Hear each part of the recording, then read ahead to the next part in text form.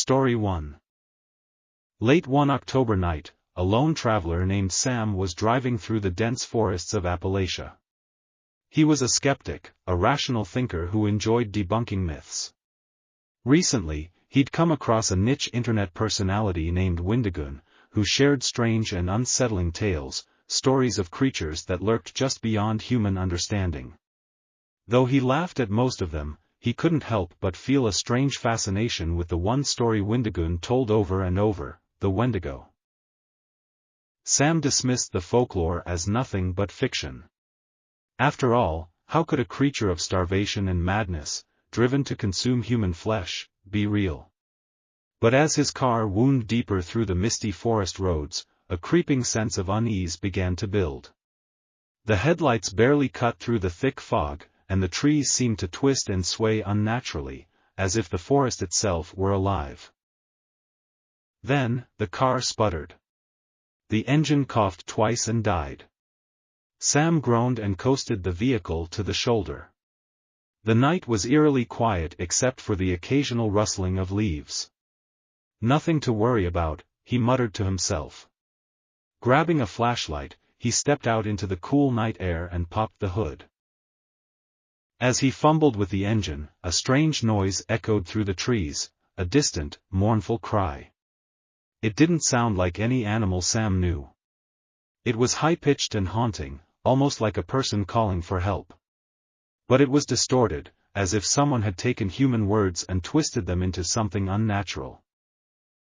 He froze. Windigoon's warning echoed in his mind ***, if you ever hear a voice in the woods that sounds human, but not quite right, do not follow it. _ Sam laughed nervously, trying to shake the unease. Just my mind playing tricks on me, he whispered.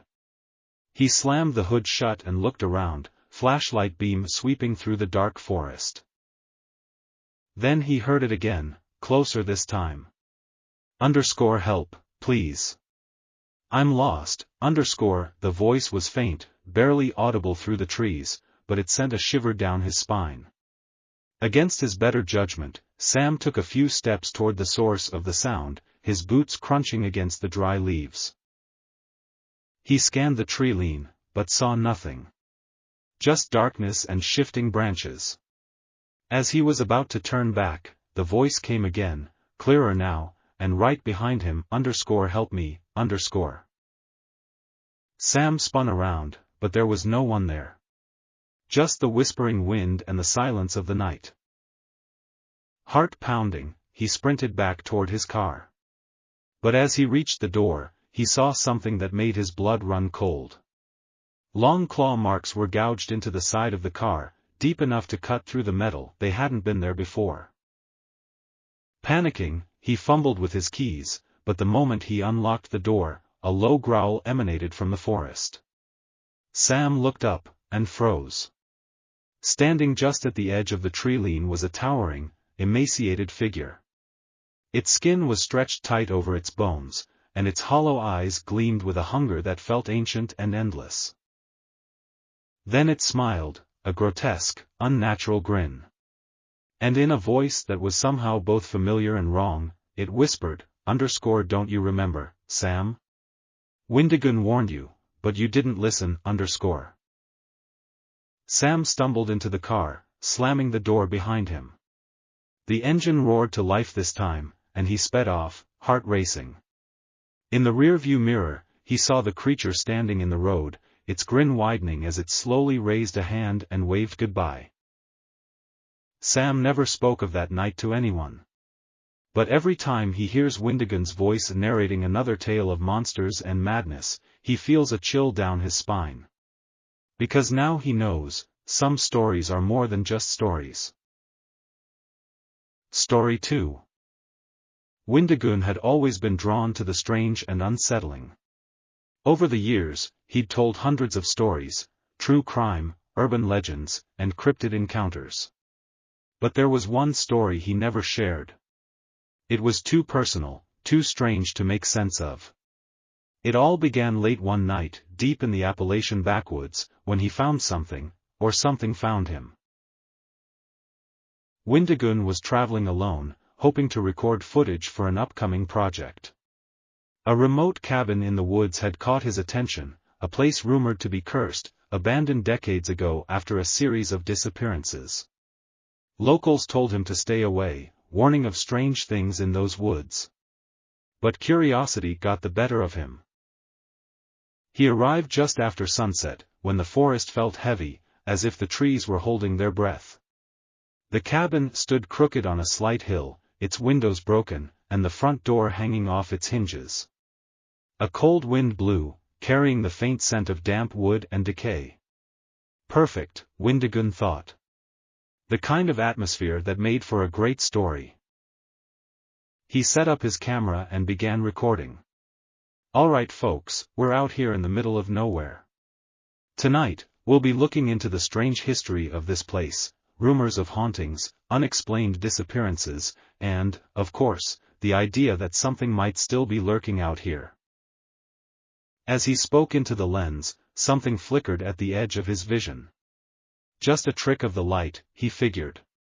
But then it happened again, a shadow moving behind the trees, just beyond the reach of his flashlight.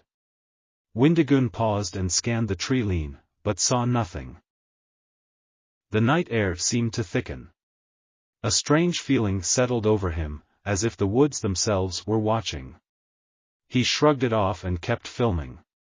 But then, without warning, his camera cut out. The screen flickered, went black, and refused to turn back on. That was when he heard it, the sound of someone humming. A soft, eerie tune floated from the forest, distant yet unmistakable. It was familiar, like an old lullaby, but off. Too slow, too hollow, as if sung by someone who'd forgotten what being human felt like. Windigun's heart began to race. He called out into the dark. Hello? Is someone out there? No answer. Just the humming, growing louder, closer. The hair on the back of his neck stood up as the tune circled him, moving through the trees like a ghost. He knew better than to stay. He grabbed his gear and headed back toward his car. The flashlight beam danced wildly as he moved, casting long shadows that seemed to stretch and twist unnaturally. Then he saw it. At first, he thought it was just a tree, tall and thin, standing in the darkness. But then it shifted. The figure was grotesquely tall, with impossibly long arms that hung down like branches. Its face was pale, with hollow sockets where eyes should have been. And in the empty blackness of its face, it smiled. A wide, jagged grin that seemed to tear across its skin. The humming stopped. Windigun stood frozen, unable to move or scream. Then the thing took a step toward him, and as it moved, it began to speak, his own voice, repeated back to him. Alright folks, we're out here in the middle of nowhere. Windigun's breath hitched. It wasn't just mimicking him, it was replaying his words perfectly, down to the rhythm and tone. Every sentence he had spoken into the camera, it now spoke back to him, as if trying to wear his voice like a mask. Terrified, Windigun bolted toward his car. He could hear the thing following him, its steps slow and deliberate. With every footfall, it repeated more of his words, building a patchwork imitation of his voice. He reached the car, yanked the door open, and jumped in. The keys trembled in his hands as he fumbled to start the engine. Just as the car roared to life, the thing pressed its face against the driver's side window. Its grin widened, impossibly stretched now, the skin pulling tight across its gaunt face. And in Windigun's own voice, it whispered, "See you again, soon." Windigun didn't look back as he tore down the dirt road, the tires kicking up dust and leaves. Even as he sped away, he could hear the creature's voice echoing in the woods, his voice, fading into the night. Weeks passed, but Windigun never mentioned the encounter to anyone. The footage from that night was corrupted, the camera refusing to work ever again. He tried to forget, tried to convince himself it was just his imagination. But late at night, when the world was quiet, he could still hear it, a faint humming drifting through his mind.